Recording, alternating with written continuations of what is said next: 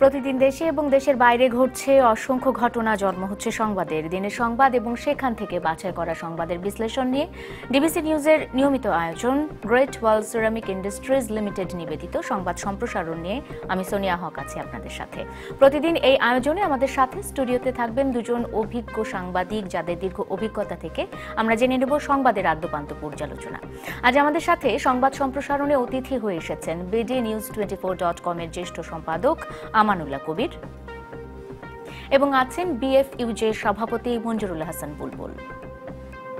স্বাগত আপনাদের সংবাদ সম্প্রসারণে। আমাদের সাথে স্টুডিওতে আমানুল্লাহ কবির এবং মঞ্জুরুল হাসান বুলবুল রয়েছেন। আলোচনায় যেতে চাই। আমানুল্লাহ কবির, শুরুতেই আপনার কাছে আমি সংক্ষেপে জেনে নিতে চাই যে বাংলা সাহিত্য সম্মেলনের, আন্তর্জাতিক বাংলা সাহিত্য সম্মেলনের উদ্বোধনী অনুষ্ঠানে উদ্বোধন করেছেন প্রধানমন্ত্রী শেখ হাসিনা এবং তিনি এখানে বলেছেন যে যেহেতু বাংলা ভাষাকে কেন্দ্র করেই স্বাধীনতার পথে আমরা এগিয়েছিলাম, সেহেতু বাংলাকে ভুলে যাওয়া চলবে না। দুই বাংলার কয়েকশো সাহিত্যিকদের অংশগ্রহণে এই সম্মেলন অনুষ্ঠিত হতে যাচ্ছে। আপনার কাছে জানতে চাই, এই ধরনের আন্তর্জাতিক সম্মেলনগুলো আসলে দু দেশের মধ্যে পারস্পরিক সম্পর্ক বৃদ্ধির ক্ষেত্রে বা উন্নয়নের ক্ষেত্রে কতটুকু ভূমিকা রাখে? এটা একটা জিনিস হচ্ছে কি, মানে আমরা তো সবাই জানি যে আমাদের দেশের স্বাধীনতাটাই এসছে কিন্তু ভাষাভিত্তিক, ভাষাকে কেন্দ্র করে আমাদের দেশে মানে স্বাধীনতা আসছে। ভাষা আন্দোলনের পরে তারপরে স্বাধীনতা মুভমেন্টের পরে তারপরে স্বাধীনতা আসছে। সুতরাং এখানে কিন্তু এই যে একটা ভাষাভিত্তিক যে মানে স্টেট নেশন স্টেট জাতিরাষ্ট্র, এই যে ভাষাভিত্তিক, এটা জাতিরাষ্ট্রটা আমাদের জাতিরাষ্ট্রটা ভাষাভিত্তিক। এই ভাষাভিত্তিক এটা কিন্তু একটা বৈশিষ্ট্য। সবখানে ভাষা কিন্তু পৃথিবীতে দেখেন, আরবি ভাষা কিন্তু বহু আরব দেশে আছে, তাই না? আরব দেশগুলোতে আরবি ভাষা আছে। এরকম ইংরেজিও কিন্তু আপনি বহু দেশে আছে, মানে ইংরেজি ভাষায় কথা বলে, কিন্তু সেখানে কিন্তু দেখবেন যে ওই সবাই কিন্তু এক না। আমরা দেখা যাচ্ছে আমরা বাংলা ভাষায় কথা বলি বলে সবাই যে এক তা না, কিন্তু আমাদের এখানে পশ্চিমবঙ্গ আছে, ত্রিপুরা আছে, আসাম আছে, এই সমস্ত দেশ আছে, তাই না? আরও বাইরেও কিছু কিছু দেশে মানে আপনার বাংলা ভাষা আংশিকভাবে প্রচলিত আছে। এখন আমাদের যেটা গুরুত্বপূর্ণ হচ্ছে যে আমাদের ইতিহাসটা লিখতে গেলেই ভাষার কথা লিখতে হবে, ভাষা দিয়েই শুরু করতে হবে, ভাষা দিয়েই শেষ করতে হবে। এখন যেটা প্রবলেম, আমি যেটা যে ডক্টর আনিসুজ্জামানের কথাই শুনলাম, এখন যেটা হচ্ছে কি, আমরা মানে এই যে আমাদের যে আত্মপরিচয়, যেটা যে বাঙালি যে আত্মপরিচয় ভাষাকে কেন্দ্র করে, এখানে যেটা হচ্ছে কি, আপনি দেখেন আমরা বাংলাদেশে যারা আছি তাদের একটা সুবিধা আছে, তারা বাংলা ভাষা চর্চা করার একটা পুরোপুরি সুযোগ রয়ে গেছে। কিন্তু আমাদের পাশেই যে আপনার পশ্চিমবঙ্গ এবং আসাম, ত্রিপুরায় কিন্তু এটা পুরোপুরি নেই, কারণ সেখানকে হিন্দির প্রভাবটা প্রবল, তাই না? এবং আমরা যদি পশ্চিমবঙ্গে যাই, সেখানে দেখা যায় যে সেখানে কিন্তু ওই হিন্দি ভাষার একটা প্রবণতা আমরা দেখতে পাই। বাংলাদেশে কিন্তু এই সুবিধাটা আছে, আমরা নিজেরা বাংলা ভাষাটাকে সার্বিকভাবে এটা চর্চা করতে পারি। এখন প্রবলেমটা হচ্ছে কি, আমার সঙ্গে একমত হতে পারে অনেকেই, একমত নাও হতে পারে, সেটা হলো যে বাংলা ভাষার যে উন্নতিটা হওয়ার কথা ছিল আপনার ভাষা আন্দোলনের পরে, সেই উন্নতিটা কিন্তু হয় নাই। পাকিস্তান আমলে বাধাগ্রস্ত হয়েছে সেটা আমি বুঝি, কারণ আছে যে পাকিস্তানরা চায় নাই বাংলা ভাষার উন্নতি, কিন্তু বাংলাদেশ হওয়ার পরে যে উন্নতিটা হওয়ার কথা সেটা কিন্তু সেইভাবে হয় না। আজকে ডক্টর আনিসুজ্জামানের কথাও কিন্তু এই ধরনের একটা কথা মানে ইঙ্গিত এসছে। এখন আমাদের যেটা হচ্ছে কি, বাংলা ভাষাকে আমি যেটা মনে করি যে বাংলা ভাষাকে যদি রক্ষা করতে হয়, বাংলা ভাষাকে যদি এর প্রসার করতে হয়, বাংলা ভাষা কিন্তু বর্তমানে আমার ধারণা, আমি যত মনে পড়ে, বোধহয় অষ্টম বৃহত্তম ভাষা। এরকম একটা তাহলে বিশাল একটা তাই না? সেখানে এই বাংলা ভাষাকে রক্ষা করতে হলে কিন্তু চর্চার জায়গা বাংলাদেশে একমাত্র চর্চার জায়গা, এর বাইরে কিন্তু চর্চার জায়গা নেই। কাজে এদিক থেকে বাংলাদেশের ভূমিকাটা অত্যন্ত গুরুত্বপূর্ণ, তাই না? আমি সেই দিকটাই লক্ষ্য করে বলবো যে আমাদের সরকারে যারাই থাকুক বা আমাদের প্রশাসনে যারাই থাকুক, তারা যেন এই দিকটা খুব মনোযোগের সঙ্গে দেখেন। আজকে যে সাহিত্য সম্মেলনটা হয়েছে এটা আমার কাছে খুব ভালো লেগেছে এই কারণে যে এখানে সরকারের একটা কিন্তু সমর্থন আছে বা সরকারের একটা সাপোর্ট রয়ে গেছে, এবং এই ধরনের সাপোর্ট কিন্তু এই সমস্ত সম্মেলন বা এই সমস্ত সংগঠন বা এই সমস্ত তৎপরতার সঙ্গে সরকারের সমর্থনটা থাকা অত্যন্ত প্রয়োজন। মঞ্জুরুল হাসান বুলবুল, ভাষাভিত্তিক সম্মেলন বা এই সাহিত্য বাংলা সাহিত্যকে দুই দেশের মধ্যে আদান প্রদান বা ভাবের আদান প্রদান, এটা কি শুধুমাত্র দুই বাংলার ক্ষেত্রেই প্রযোজ্য, নাকি এটা বিশ্বে ছড়িয়ে দেওয়া বা অন্য কোনো দেশের সাথে আদান প্রদানের কোনো সুযোগ রয়েছে কিনা? একটা হলো যে আপনি খবরে বলেছেন যে এটা একটা আন্তর্জাতিক সাহিত্য সম্মেলন, আসলে এটা আন্তর্জাতিক সাহিত্য সম্মেলন না। সম্মেলনের একটা টাইটেল আছে, টাইটেল হচ্ছে নিখিলবঙ্গ সাহিত্য সম্মেলন। এটা হলো প্রথম জায়গাটি। নিখিলবঙ্গ সাহিত্য সম্মেলনের মানেটি হচ্ছে যে বাংলা ভাষা ভিত্তিক একটি সম্মেলন, বাংলা ভাষা ভিত্তিক সাহিত্য সংস্কৃতির একটি সম্মেলন। তাহলে এটা বাংলাদেশে কেন হচ্ছে? যেটা যেন মামুনুল্লাহ কবির বললেন যে পৃথিবীর বহু দেশে বাংলা ভাষাভাষী আছেন, আমাদের পশ্চিমবঙ্গ নামক যে ভারতীয় রাজ্যটি আছে সেখানেও বাংলা ভাষাভাষী আছেন, কিন্তু সেটা বাংলা ভাষার পীঠস্থান হয় নাই। এখন পশ্চিমবঙ্গের সাহিত্যিকরাই বলেন যে বাংলা ভাষা আসলে টিকে থাকবে বাংলাদেশেই। কাজেই ভাষাভিত্তিক যে রাষ্ট্রের চেহারাটা সেটা যদি আমরা প্রত্যক্ষ করতে চাই, বাংলাদেশ হলে তার ঠিকানা। এটা হলো এক। 2 নম্বর হচ্ছে, আমি যদি ভুল না করি 1972 সনে বাংলাদেশ স্বাধীন হওয়ার পরে সৈয়দ মুস্তফা আলী এবং অমৃতবাজার পত্রিকার সম্পাদক সম্ভবত সন্তোষ বোস, আমি নামটা এখন কনফার্ম করতে পারছি না, তারা বঙ্গবন্ধুর সঙ্গে দেখা করেছিলেন। বঙ্গবন্ধুকে বলেছিলেন যে বঙ্গবন্ধু, আপনি যদি ভাষাভিত্তিক রাষ্ট্রই চাইতেন তাহলে পশ্চিমবঙ্গকে বাদ দিলেন কেন? ধর্মভিত্তিক রাষ্ট্র দেখেছি আমরা যে যেখানে মুসলমান তারাই মিলে পাকিস্তান করলো, তাহলে আপনি যদি ভাষাভিত্তিক একটা রাষ্ট্র চান তাহলে তো পশ্চিমবঙ্গকেও বাংলার অংশ করা উচিত ছিল। বঙ্গবন্ধু বলছেন, আমি তো ভাষাভিত্তিক রাষ্ট্র চাই নাই, সেটা যদি চাইতাম তারপর আমি পশ্চিমবঙ্গকেও আমাদের এই রাষ্ট্রের অন্তর্ভুক্ত করতাম। আমি একটা সাংস্কৃতিক রাষ্ট্র তৈরি করার চেষ্টা করেছি। ভাষা, বাংলা ভাষা তার মূল উপাদান, কিন্তু একটা বেঙ্গলি কালচার, বাংলা সংস্কৃতি ভিত্তিক পশ্চিমবঙ্গের বাঙালিদের সংস্কৃতি এবং আমাদের সংস্কৃতির মধ্যে অনেক মিল যেমন আছে, অনেক জায়গায় অমিলও আছে। কাজেই আমরা একটা বাঙালি সংস্কৃতি ভিত্তিক কালচারাল নেশন স্টেট গড়ে তুলতে চেয়েছি। এটা আমার এক ধরনের, কারণ ধর্মভিত্তিক রাষ্ট্র ফেল করেছে। ভাষাভিত্তিক রাষ্ট্র যদি হতো তাহলে পরে সমস্ত অ্যারাবিয়ান ল্যাঙ্গুয়েজ কান্ট্রিগুলি তো একটা স্টেট হতে পারতো, সমস্ত ইংলিশ ল্যাঙ্গুয়েজ স্টেটগুলি তো একটা স্টেট হতে পারতো, সেটাও খুব যুক্তিসঙ্গত না। কিন্তু একটা কালচারাল নেশন, একটা সাংস্কৃতিক জাতিসত্তার ভিত্তিক একটি রাষ্ট্র আমি গড়ে তুলতে চেয়েছি। এটা আমার এক ধরনের এক্সপেরিমেন্ট। এটি যদি টিকে যায় তাহলে আমি ভাববো যে এটা হতে পারে। এবং আমার ধারণা এই গত 50 বছর 47 বছরে মিলে বাংলাদেশে এই যে বাঙালি সংস্কৃতি ভিত্তিক যে রাষ্ট্র কাঠামোটি, এটি বোধহয় টিকে গেছে। কারণ এটি ধর্মীয়ভাবে আঘাত করা হয়েছে, এই রাষ্ট্র আক্রমণ করা হয়েছে, এটিকে আরও নানাভাবে আক্রান্ত করার চেষ্টা করা হয়েছে। এবং বাঙালির বোধহয় এই সাংস্কৃতিক চেতনাটাই হচ্ছে মৌলিক চেতনা। আমরা যখন মৌলবাদী বা সাম্প্রদায়িক শক্তির বিরুদ্ধে লড়াই করি তখন আমাদের পুঁজি কিন্তু হচ্ছে আমার এই বাঙালি অসাম্প্রদায়িক সংস্কৃতির চেতনা, লোকজ সংস্কৃতির চেতনা, এবং বাংলাদেশকে কিন্তু রক্ষা করতে পারে এটি। কাজে সেই দিক থেকে যখন এই সম্মেলনটি হচ্ছে, এটি আমি মনে করি সারা বাংলাদেশে, সারা পৃথিবীর বাংলা ভাষাভাষীদের একটি সম্মেলন, কিন্তু একটি সাংস্কৃতিক জাতিগোষ্ঠী হিসেবে বাংলাদেশের একটি সম্মেলন। বাংলাদেশে এটা হোস্ট করতে পারে, কারণ আন্তর্জাতিকভাবে যদি আপনি ভাষার প্রশ্নে আসেন, ইউনেস্কো কর্তৃক স্বীকৃত কিন্তু আমাদের 21শে ফেব্রুয়ারি আন্তর্জাতিক মাতৃভাষা ইনস্টিটিউট। এটি কিন্তু আন্তর্জাতিক একটি ইনস্টিটিউট, বাংলাদেশ সরকার এখানে তার স্পন্সরিং ভূমিকা আছে, কিন্তু এটা কিন্তু আন্তর্জাতিক ইনস্টিটিউট। এখানে বিভিন্ন মাতৃভাষার চর্চা হয়, শুধুমাত্র বাংলা ভাষার চর্চা হয় না। এবং বাংলাদেশ যে উদার সাংস্কৃতিক রাষ্ট্রটি, আপনি দেখবেন এই যে 33-34 কোটি যে বই আমরা প্রথম 1 জানুয়ারিতে বিতরণ করলাম, এখানে আমাদের পাহাড়ে যে নৃতাত্ত্বিক জনগোষ্ঠী আসে তাদের ভাষাকেও টিকিয়ে রাখার চেষ্টা করা হয়েছে। বাংলা ভাষার বই শুধুমাত্র বিতরণ করা হয় নাই, ওই নৃতাত্ত্বিক জনগোষ্ঠীর যে নিজস্ব ভাষা আছে সেই ভাষা যাতে হারিয়ে না যায় তাদের জন্যও পুস্তক প্রকাশ করা হয়েছে। তার মানেটা কি? তার মানেটা হচ্ছে আমরা প্রত্যেকটা মাতৃভাষাকে সম্মান দিচ্ছি। কাজে এটা চূড়ান্ত বিচারে বাংলা ভাষা ভিত্তিক বটে বড় মাপে, কিন্তু বাঙালি সংস্কৃতি ভিত্তিক একটি রাষ্ট্র। এইটি হচ্ছে বাঙালি জাতীয়তাবাদীর শক্তি, বাঙালি চেতনার শক্তি। এবং এটি আমাদের এই রাষ্ট্রের প্রতিষ্ঠাতা যিনি বঙ্গবন্ধু শেখ মুজিবুর রহমান, তার স্বপ্নের মধ্যে এই কথাটি বলেছেন। আমি খালি একটুখানি করতে চাই যে গত কয়েকদিন আগে পাকিস্তানের সাবেক প্রধানমন্ত্রী নওয়াজ শরীফ একটি কথা বলেছেন যে পাকিস্তানি বাংলাদেশ সৃষ্টিতে সহায়ক করেছে শেখ মুজিব, সংখ্যাগরিষ্ঠ দলের নেতা, তাকে প্রধানমন্ত্রী না বানিয়ে। এবং তাকে এটি এক ধরনের খুব সংকীর্ণ ব্যাখ্যা।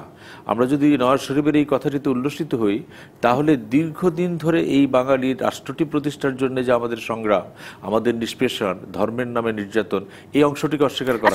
নওয়াজ শরীফের এই এতদিনে এসে বক্তব্যে আসলেও কি কিছু এসে যায় কিনা? কারণ কিছু এসে যায় না, সত্য তো সবাই জানে, কিছু এসে যায় না। কিন্তু আমি যে কারণে বলছি, মানে আমি এই প্রসঙ্গের সঙ্গে মিলল বলেই বলছি, কারণ এটির মধ্য দিয়ে এরকম একটা ধারণা দেওয়ার চেষ্টা করে যে শেখ মুজিবকে ক্ষমতা দেওয়া হয়নি বলেই তিনি বাংলাদেশ প্রতিষ্ঠা করেছেন। সেটা সঠিক না। বঙ্গবন্ধু যে রাষ্ট্রটির স্বাধীন বাংলাদেশটির চিন্তা করেছিলেন, এর একটা ব্যাকগ্রাউন্ড আছে, এটা একটা ঐতিহ্য এবং সেটা দীর্ঘ। এটা আমরা আজকের অনুষ্ঠানে আলোচনা না করলেও পারি, কিন্তু তিনি বাঙালি ভাষাভিত্তিক, বাঙালি সংস্কৃতি ভিত্তিক একটা কালচারাল ন্যাশনাল স্টেট করার চেষ্টা করেছিলেন এবং সেটি তিনি প্রতিষ্ঠা করেছেন। কাজেই তার প্রধানমন্ত্রিত্ব না পাওয়ার সাথে সাথেই তিনি এটা স্বাধীন করে ফেললেন বা পাকিস্তানের সঙ্গে বিচ্ছিন্নের তার কথা বললেন। এটা খুব ন্যারো, খুবই সংকীর্ণ। আমরা আলোচনায় ফিরবো মঞ্জুরুল হাসান বুলবুল একটা ছোট্ট বিরতির পর। গ্রেট ওয়াল সিরামিক ইন্ডাস্ট্রিজ লিমিটেড নিবেদিত সংবাদ সম্প্রসারণে একটা বিরতি নিয়ে ফিরে আসছি, সঙ্গে থাকুন। বিরতির পর স্বাগত আরেকবার। দেখছেন সংবাদ সম্প্রসারণ। মঞ্জুরুল হাসান বুলবুল, আমানুল্লাহ কবির আছেন আমাদের সাথে। আলোচনায় যেতে চাই, প্রসঙ্গ পাল্টে নির্বাচন নিয়ে কথা বলতে চাই। একাদশ জাতীয় নির্বাচনকে সামনে রেখে আওয়ামী লীগ কিন্তু এর মধ্যেই প্রস্তুতি শুরু করে দিয়েছে এবং চলতি মাসেই যতদূর জানা গেছে যে দেশব্যাপী সংগঠনটি তাদের যে একটা সাংগঠনিক সফর শুরু করবে, যেখানে বিএনপি এখন পর্যন্ত একটা দর কষাকষির মধ্যে রয়ে গেছে। সেই সহায়ক সরকার, সেই নির্বাচনকালীন সরকার কিংবা নিরপেক্ষ নির্বাচনের জন্য সব দলের সংলাপ, এইসব বিষয়গুলো। ওবায়দুল কাদের আজকে বলছেন যে নির্বাচন সংবিধান মেনেই হবে, বিএনপির সাথে সংলাপের তেমন কোনো প্রয়োজন নেই। সবকিছু মিলিয়ে আসলে বিএনপি কি শেষ পর্যন্ত মনে হচ্ছে, মঞ্জুরুল হাসান বুলবুল, যে পেরে উঠতে পারবে কিনা? কারণ আওয়ামী লীগ তো শুরু করে দিয়েছে, ক্ষমতাসীন দলটি তো এরই মধ্যে শুরু করে দিয়েছে তাদের নির্বাচনের প্রচারাভিযান। একটি নির্ধারিত সময় নির্বাচন হবে, এটা মোটামুটি রাজনৈতিক মহল যেমন জানে, আমরাও জানি। কাজে প্রধানমন্ত্রী জাতির উদ্দেশ্যে ভাষণের মধ্যে পরিষ্কার হয়ে গেছে যে এই বছরের শেষে নভেম্বর-ডিসেম্বর দিকে নির্বাচন হবে। এটা শিডিউল 5 বছরের মধ্যে। বিএনপি, আওয়ামী লীগ দুইটি হচ্ছে নির্বাচনমুখী দল। কাজে তারা যে কোনো নির্বাচনের জন্য প্রস্তুত। উপরে যাই বলুক, বিএনপির আওয়ামী লীগ যেহেতু রাষ্ট্র ক্ষমতায় আছে, তারা তুলনামূলকভাবে একটা ভালো অবস্থানে আছেন। তারা 5 বছর রাষ্ট্র পরিচালনা, প্রায় 9 বছর রাষ্ট্র পরিচালনা করেছেন। তাদের কতগুলি অসমাপ্ত উন্নয়ন কর্মসূচি আছে, তারা মনে করেন উন্নয়নের ধারাবাহিকতা আছে। কাজেই তারা তাদের প্রোডাক্টগুলি নিয়ে সামনে আসতে পারেন। তাদের পদ্মা সেতুর কথা বলেন, ঢাকা সিটির কি বলে রেলওয়ের কথা বলেন, মেট্রো রেলের কথা বলেন, আরও অনেকগুলি আছে। কাজে হ্যাঁ, সরকারি দলের অবস্থানটা তুলনামূলকভাবে গোছানো এবং দৃশ্যমান মনে হয়। বিএনপিও কিন্তু তার অভ্যন্তরে আমরা যতটুকু খবর রাখি, বিভিন্ন পত্রপত্রিকায় খবর এসেছে, তারা 300 আসনে ঠিক করেছে। তাদের সামনে 2-3টি সমস্যা আছে। একটি সমস্যা হচ্ছে যে তাদের নির্বাচনকালীন সরকারের একটা দাবি, এটা হলো দাবি তাদের একজন senior vice president Tarek Rahman একটি মামলায় কনভিক্টেড। বেগম খালেদা জিয়ার সামনে একটি বা 2টি মামলা, 21শে আগস্ট এবং জিয়া অরফানেজ ট্রাস্টের মামলা আছে। এটি বিএনপির মধ্যে নানা দ্বন্দ্ব তৈরি করে যে এই মামলাগুলির জাজমেন্ট কী হবে। কাজেই সরকারি দল যেভাবে পরিপূর্ণভাবে কনসেন্ট্রেট করতে পারে নির্বাচনের দিকে, বিএনপি হয়তো পরিপূর্ণভাবে ভিতরে করছে, কিন্তু তাদের কতগুলি দৃশ্যমান চেহারা আছে, তাতে মনে হয় যে তারা খুব মানে অগোছালো অবস্থায় আছে। আমার মনে হয় না যে অগোছালো অবস্থায় আছে। এখন ন্যাচারালি সরকার, মাননীয় প্রধানমন্ত্রীর যে জাতির উদ্দেশ্যে ভাষণে তিনি স্পষ্ট করে বলেছেন এবং এটি সঙ্গত। বাংলাদেশের যে ভারতে বাংলাদেশের হাইকমিশনার আছে জনাব মোয়াজ্জেম আলী, তিনি একটি আলোচনায় বলেছিলেন যে তাকে প্রশ্ন করা হয়েছিল যে এই সরকার কতদিন ক্ষমতায় থাকবে 5 জানুয়ারি নির্বাচনের পরে। উনি বলছিলেন যে এটা ক্রিকেট খেলার মতো। সচিন টেন্ডুলকর ব্যাট করতে নেমেছেন, পাকিস্তানের আফ্রিদি বল করছেন। এটা নির্ভর করে যে আফ্রিদি কত ভালো বল করবেন। আফ্রিদি যদি ভালো বল করে সচিন টেন্ডুলকরকে আউট করতে পারেন তাহলে সচিন টেন্ডুলকর আউট হবে, আর আফ্রিদি যদি ভালো বল না করতে পারে তাহলে সচিন টেন্ডুলকর আউট হবে না। কাজে এখানে বিএনপিকে যে তাদের দাবি আদায়ের ক্ষেত্রে এটা তাদের কৌশল, কারণ সরকার তাদের দিক থেকে মনে করে কোনো কম্পালশন নাই, কোনো চাপ নাই। বিএনপিকে আন্দোলন বলেন, আলোচনার অন্য কৌশল বলেন, সব মিলিয়ে যদি তারা সরকারকে চাপ সৃষ্টি করতে পারে আলোচনা হবে। আলোচনা যদি নাও হয় ইলেকশন হবে। এইবার বিএনপির কম্পালশনটি হচ্ছে যে বিএনপিকে নির্বাচনে যেতে হবে, তাহলে দলগতভাবে তার রেজিস্ট্রেশন হবে না। সরকারের কম্পালশন হচ্ছে যে বিএনপিকে যদি রাজনীতিতে নির্বাচনে না আনা যায় তাহলে পরে বিএনপির অ্যাবসেন্সে যে নির্বাচনটি হবে সেটি নানা ধরনের প্রশ্নের জন্ম দিবে। কাজে দুই দিক থেকে কিন্তু কম্পালশন আছে। সরকারি দল প্রস্তুত, আমার মনে হয় বিএনপিও প্রস্তুত, নির্বাচনটি হবে। নির্বাচনটির ক্ষেত্রে কখনো কখনো আন্দোলনের চাপ আমরা দেখব, কখনো কখনো টানাপোড়েন দেখব, কিন্তু আমি মনে করি যে নির্বাচনটি হবে এবং বিএনপি নির্বাচনে আসবে। আমানুল্লাহ কবির, প্রধান বিরোধী পক্ষই আমরা যদি বিএনপিকে ধরে নিই, মানে জাতীয় পার্টির বাইরে গিয়ে, সেক্ষেত্রে দেখা যাচ্ছে যে বিএনপির আসলে সেরকম কোনো আন্দোলন আমরা কিন্তু এখন পর্যন্ত চোখে দেখিনি। ইস্যু যে ছিল না তা কিন্তু নয়, অনেকগুলো ইস্যু চলে গেছে, বিএনপি কোনোটাই কাজে লাগাতে পারেনি। এই কমাসের মধ্যে, অর্থাৎ 2018 ডিসেম্বরে যদি নির্বাচন হয়, সেক্ষেত্রে এই কমাসের মধ্যে আসলে বিএনপি কি পারবে কিনা কোনো আন্দোলনের নতুন কোনো ইস্যু খুঁজে বের করতে? বিএনপির আন্দোলনের ইস্যু তো রয়েই গেছে। আন্দোলনের ইস্যু, তাদের আন্দোলনের ইস্যু হয়েছে একটা হচ্ছে যে একটা নিরপেক্ষ সরকার, এটা এবারে নির্বাচনকালীন একটা সরকার। আর একটা হচ্ছে যে আপনার মানে এই পার্লামেন্ট ভেঙে দিতে হবে নির্বাচনের আগে। আর একটা হচ্ছে যে মামলা, বেগম খালেদা জিয়ার মামলা, ওই যে মামলাগুলো রয়ে গেছে, মামলাগুলোর ব্যাপারে কতগুলো বিতর্ক রয়েছে। আর একটা হচ্ছে কনস্টিটিউয়েন্সি যে পুরো আবার যে মানে ডিলিমিটেশন করবে, সেটার ব্যাপারেও তাদেরকে আপত্তি আছে, যেটা মানে রুলিং পার্টির মানে চায় না। এসব আন্দোলনের ইস্যু সামনে রয়ে গেছে। এখন যেটা হচ্ছে কি, আমি যেটা মনে করি সেটা হচ্ছে যে আপনি কিন্তু এই যে সময় এগিয়ে আসবে, ইলেকশনের সময়টা এগিয়ে আসবে, সিচুয়েশন কিন্তু পাল্টাবে। সিচুয়েশন পাল্টাবে এই কারণে, আপনার এই যে 5ই জানুয়ারি মানে 14 সালে যে নির্বাচন হয়েছিল, এবার কিন্তু এটা হবে না। এবার যেটা আপনি দেখবেন ঠিক উল্টাটা হবে। উল্টাটা হবে এই মানে যে সবাই পার্টিসিপেট করবে। এখানে আপনার বিএনপিও পার্টিসিপেট করবে, বাম দলগুলো পার্টিসিপেট করবে, এবং ইসলাম ধর্মভিত্তিক দলগুলো পার্টিসিপেট করবে, সবাই পার্টিসিপেট করবে। অর্থাৎ পরিবেশটাই কিন্তু চেঞ্জ হয়ে যাবে, পরিস্থিতিটাই চেঞ্জ হয়ে যাবে। একটা নতুন পরিবেশ পরিস্থিতিতে এই নির্বাচনটা হবে। এই নতুন পরিবেশ পরিস্থিতিতে নির্বাচনটা হতে গেলে সেখানে মানে এরা কিন্তু প্রত্যেকেরই কিন্তু আপনি এই শুধু বিএনপির না, প্রত্যেকেরই কিন্তু কিছু দাবি দেওয়া আছে। দাবি দেওয়াটা মূলত সবাই চাচ্ছে যে একটা লেভেল প্লেইং ফিল্ড করতে হবে। একটা লেভেল প্লেইং ফিল্ড করতে গেলে তাহলে কি করতে হবে? এখন এই সরকারকে ক্ষমতায় রেখে একটা লেভেল প্লেইং ফিল্ড করা সম্ভব কিনা, তাই না? এই প্রশ্নটা কিন্তু সবার মধ্যে রয়ে গেছে, এবং সবাই সেখানে চাচ্ছে যে একটা লেভেল প্লেইং ফিল্ড করো এবং নির্বাচনকালীন একটা সরকার করো। এখন নির্বাচনকালীন সরকারটা কি ধরনের হবে এটা কিন্তু কেউ জানে না। যদিও প্রধানমন্ত্রী গতকাল কিন্তু তার ভাষণে বলছেন যে একটা নির্বাচনকালীন সরকার হবে, কিন্তু কি ধরনের হবে এটা কিন্তু কেউ বলতে পারছে না। উনি কি ইঙ্গিত দিয়েছেন কি ধরনের নির্বাচনকালীন সরকার হবে এটা জানেন। যেমন একটা হয়েছিল আপনার গত 5ই জানুয়ারি নির্বাচনের আগে, যেটা হয়েছিল যে কয়েকটা দলের লোকজনকে, এখানে জাতীয় পার্টি ছিল, ওয়ার্কার্স পার্টি ছিল, তারপরে জাসদ ছিল, এরা ছিল, সাম্যবাদী দল ছিল, এদেরকে নিয়ে একটা কিন্তু গভর্নমেন্ট এ সর্ট অফ মানে ন্যাশনাল গভর্নমেন্টের মতো করা হয়েছিল, তবে সেখানে মন্ত্রী সংখ্যা কম ছিল। তো এখন তারপরে আরেকটা এই ধরনের কিছু হবে কিনা, অথবা ওই যে মানে অন্য কোনো ধরনের চিন্তা ভাবনা আছে কিনা, এটা একমাত্র প্রাইম মিনিস্টারই বলতে পারেন। নির্বাচনকালীন সরকারটা কি ধরনের হবে এটা তার প্রস্তাবটা, প্রধানমন্ত্রী কেবল বলতে পারেন। আবার এইদিকে আরেকটা জিনিস যেটা হয়েছে, নির্বাচনকালীন সরকার যেটা দাবি করছে বিএনপি, তারাও কিন্তু এখন মতো কোনো রূপরেখা দেয় নাই। তো এখন এই যে একটা অনিশ্চয়তার মধ্যে রয়ে গেছে যে নির্বাচনকালীন সরকারটা কি ধরনের হবে, এই সম্পর্কে আমরা কিন্তু কোনো কিছু নিশ্চিত হতে পারছি না, রূপরেখাটা জানতে পারছি না। এই একটা পরিস্থিতি। আর একটা পরিস্থিতি হচ্ছে সবগুলো পার্টি যখন অংশগ্রহণ করবে এবং তারা যখন চাইবে একটা লেভেল প্লেইং ফিল্ড করার জন্য দাবি উঠবে, তখনকে কিন্তু এই দাবিটা কিন্তু সরকারের কাছে যাবে সবগুলো দাবি। তাই না? সবার দাবিটি সরকারকে লক্ষ্য করে হবে, তখনকে কিন্তু পরিস্থিতিটা অন্যরকম হবে, চেঞ্জ হবে।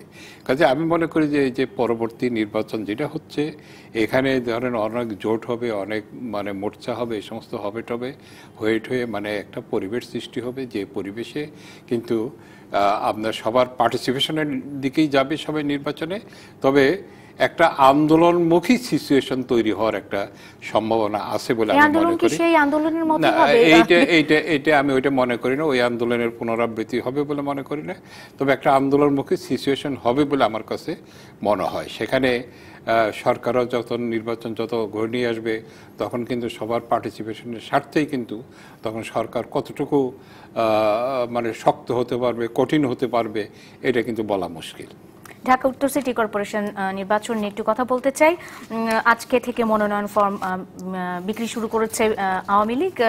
সেখানে দেখা যাচ্ছে যে দুজন সকালে নিয়েছেন, একজন বিকেলে নিয়েছেন। অনেকেই আগ্রহ প্রকাশ করছেন ঢাকা উত্তর সিটি কর্পোরেশন নির্বাচনে অংশগ্রহণের। কোন কোন বিষয়গুলো আসলে মাথায় রেখে এই মনোনয়নপত্র দেওয়া হবে? কারণ একটি উদাহরণ তো আমাদের সামনে দাঁড়িয়ে গেছে, আনিসুল হকের, সদ্য প্রয়াত আমাদের উত্তর সিটি কর্পোরেশনের মেয়র।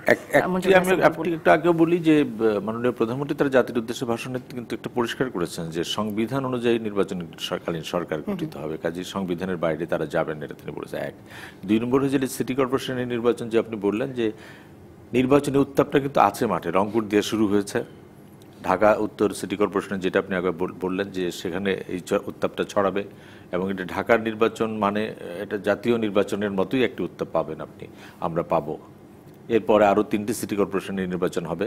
কাজেই এর মধ্যে বাংলাদেশ নির্বাচনী আবহের মধ্যে কিন্তু চলে আসলো। একদিকে বাংলাদেশের ক্রিকেটের আবহের মধ্যে চলে আসবে, 2018 সালে অনেকগুলি ক্রিকেট খেলা আছে আমাদের, অনেকগুলি নির্বাচন আছে। উত্তর নির্বাচনে 2টি জিনিস আমি লক্ষ্য করতে বলি। একটি হচ্ছে আওয়ামী লীগ সভানেত্রী প্রধানমন্ত্রী শেখ হাসিনা একটি পরীক্ষা করেছিলেন যে তার ওপর দলের ভিতরে সবসময় চাপ থাকে যে আমরা যারা রাজনীতি করি তাদেরকে আপনি নমিনেশন দেন, এটি সঙ্গত যারা রাজনৈতিক দল করেন। আবার আমরা যারা তথাকথিত দলীয় অন্তর্ভুক্ত না কিন্তু রাজনৈতিক মতাদর্শ আছে, আমরা বিভিন্ন পেশাজীবী মানুষ, আমরা বলি যে কখনো কখনো রাজনীতিতে যাতে অন্য পেশার বা অন্য শ্রেণী পেশার মানুষ, যোগ্য মানুষ আসতে পারে, তারও একটা স্পেস থাকা দরকার। যারা আনিসুল হককে নমিনেশন দেওয়ার মধ্য দিয়ে কিন্তু এই ঝুঁকিটি আওয়ামী লীগ সভানেত্রী এবং মাননীয় প্রধানমন্ত্রী নিয়েছিলেন, এবং এটি তার দলের ভিতর থেকে অভ্যন্তরীণভাবে প্রচণ্ড চাপ ছিল যে তিনি তো একজন অরাজনৈতিক ব্যক্তি, তিনি আমাদের দল করেন নাই, তিনি আমাদের মিছিল মিটিংয়ে ছিলেন না, আন্দোলন করেন নাই, জেল খাটেন নাই।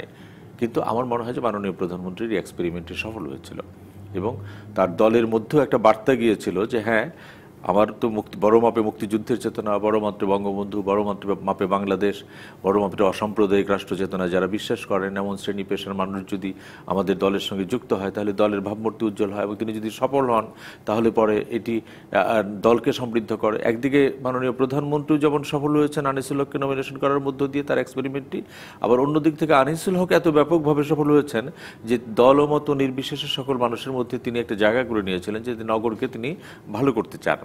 কাজে এটি এখন কঠিন জায়গায় এসছে যে যারা মনোনয়নপত্র কিনছেন তাদের সামনে কিন্তু একটা ইয়ারমার্ক ঠিক হয়ে গেছে যে আনিসুল হক হতে হবে যদি দলের বাইরে হয়, যে আমি দলের বাইরে থেকে মাননীয় প্রধানমন্ত্রী নমিনেশন চাচ্ছি, আমি তার মতো উদ্যমী হব, তার মতো উদ্যোগী হব, তার মতো সাহসী হব, তার মতো সৃজনশীল হব।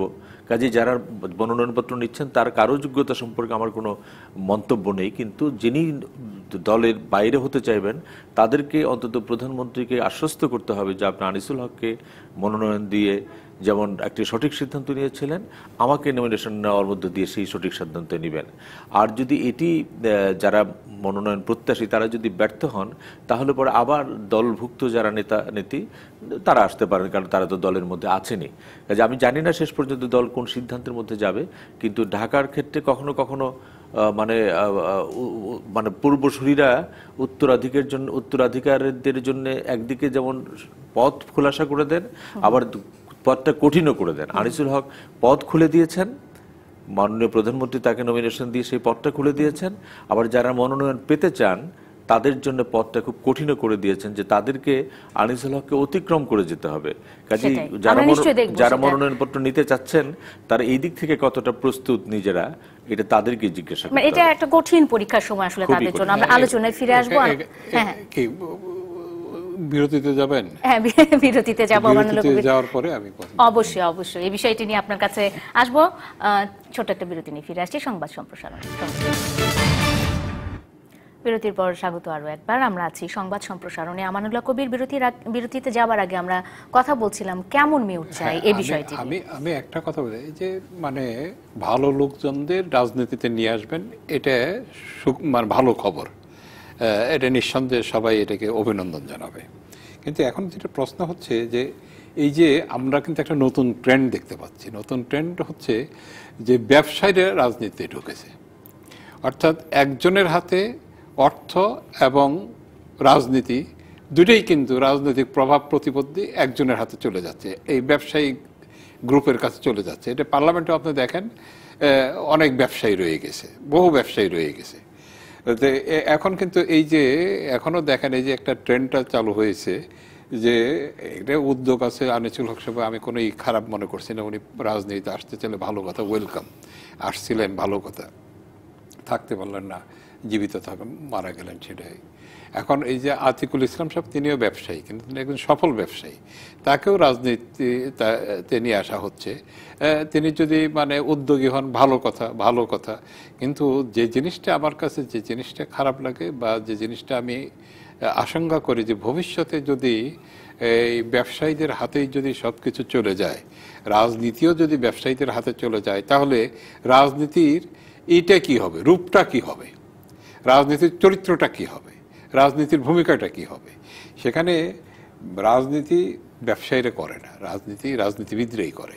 এইটাই কিন্তু পৃথিবীর সবখানে আপনি যদি যে সমস্ত দেশে উন্নত হয়েছে সেখানে দেখবেন আপনি ব্যবসায়ীরা কিন্তু ওইভাবে রাজনীতি নেই। কিন্তু আমরা তো একসময় দেখেছি যে রাজনীতিবিদরা নিজেদেরকে টিকিয়ে রাখার জন্য ব্যবসা করছেন, যে ব্যবসা করে তাদের সেই আর্থিক সংস্থান হচ্ছে। আপনি এই যে পাকিস্তান যে হয়েছে, পাকিস্তান যখন হয়েছে, বাংলাদেশ ভারত পাকিস্তান যখন বিভক্ত হয়েছে, তখন কিন্তু যারা রাজনীতি করেছে তারা কিন্তু রাজনীতিবিদই, তারা কিন্তু কেউ ব্যবসায়ী ছিল না। ব্যবসায়ী যারা ছিল তারা টাকা পয়সাতে হেল্প করেছে। আমাদের বাংলাদেশ যে স্বাধীন হয়েছে, বাংলাদেশে স্বাধীন হয়েছে কারা? রাজনীতিবিদরা স্বাধীন করেছে, তাই না? ব্যবসায়ীরা স্বাধীন করে নাই। এখন আমাদের যদি এরকম ভালো লোক, যদি ব্যবসায়ী যারা রাজনীতিতে আসতে চান, তাদেরকে ওয়েলকাম করা উচিত, তাই না? সেটা আমার কোনো আপত্তি নেই।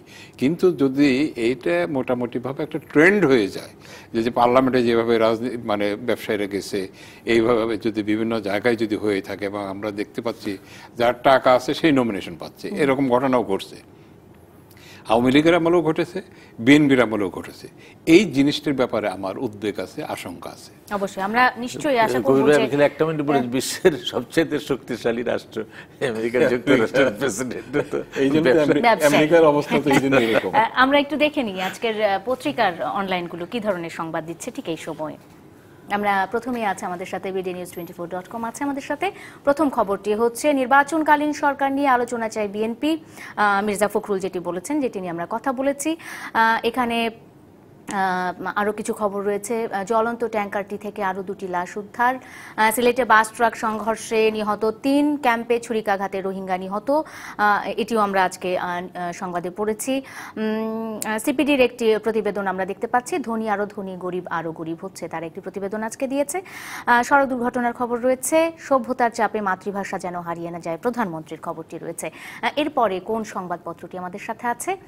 প্রথম আলো আছে। প্রথম আলোতে আমরা মির্জা ফখরুলকে দেখতে পাচ্ছি, তিনি বলছেন প্রধানমন্ত্রী নতুন কিছু ভাবলে সংলাপ করা উচিত, বিএনপি বলছে, যেটি নিয়ে আমরা কথা বলেছি। এরই মধ্যে আওয়ামী লীগের মনোনয়ন ফর্ম নিলেন 8 জন।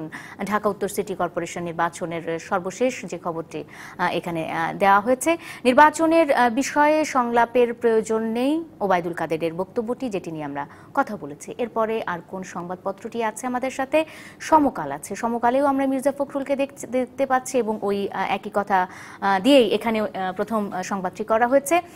এরপরে আছে নির্বাচন বিএনপির অধিকার, তাহলে সংলাপ কেন? ওবায়দুল কাদেরের সেই বক্তব্যটিকে একটু ঘুরিয়ে দেওয়া হয়েছে এখানটাতে।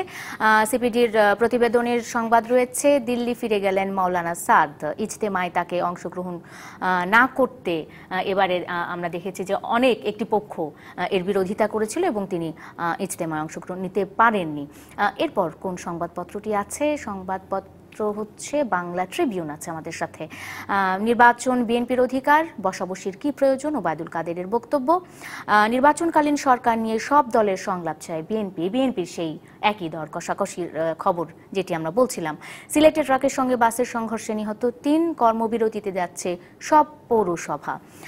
সরকারি কোষাগার থেকে পেনশন ও বেতন ভাতা সহ অন্যান্য সুযোগ সুবিধা পাওয়ার দাবিতে পৌরসভার যারা কর্মরত কর্মচারীরা রয়েছেন তারা কর্মবিরতিতে যাচ্ছেন। মানে ঠিক এই সময়টা নির্বাচনের আগ দিয়ে তারা কর্মবিরতিতে যাচ্ছেন এবং এটার কি সুফল আসবে বা কুফল আসবে সেটা আমরা দেখতে পাবো নিশ্চয়ই। আর কোনো খবর আছে কিনা উল্লেখযোগ্য পড়ার মতো বা জানার মতো? সবই ওই একই খবর। আমরা নিশ্চয়ই এরপরে কি হবে জেনে নিতে পারবো পরবর্তী সংবাদগুলোতে। মঞ্জুরুল হাসান বুলবুল, আমানুল্লাহ কবির, ধন্যবাদ আপনাদের দুজনকে আমাদের সাথে যোগ দেওয়ার জন্য। আর এই ছিল আজকের গ্রেট ওয়াল সিরামিক ইন্ডাস্ট্রিজ লিমিটেড নিবেদিত সংবাদ সম্প্রসারণে। দর্শক, প্রতিদিন রাত 8টায় সরাসরি আলোচনায় থাকবো আমরা এবং প্রতিদিন রাত 2:15 দেখবেন সংবাদ সম্প্রসারণের পুনঃপ্রচার। সঙ্গে থাকুন 24 ঘন্টা।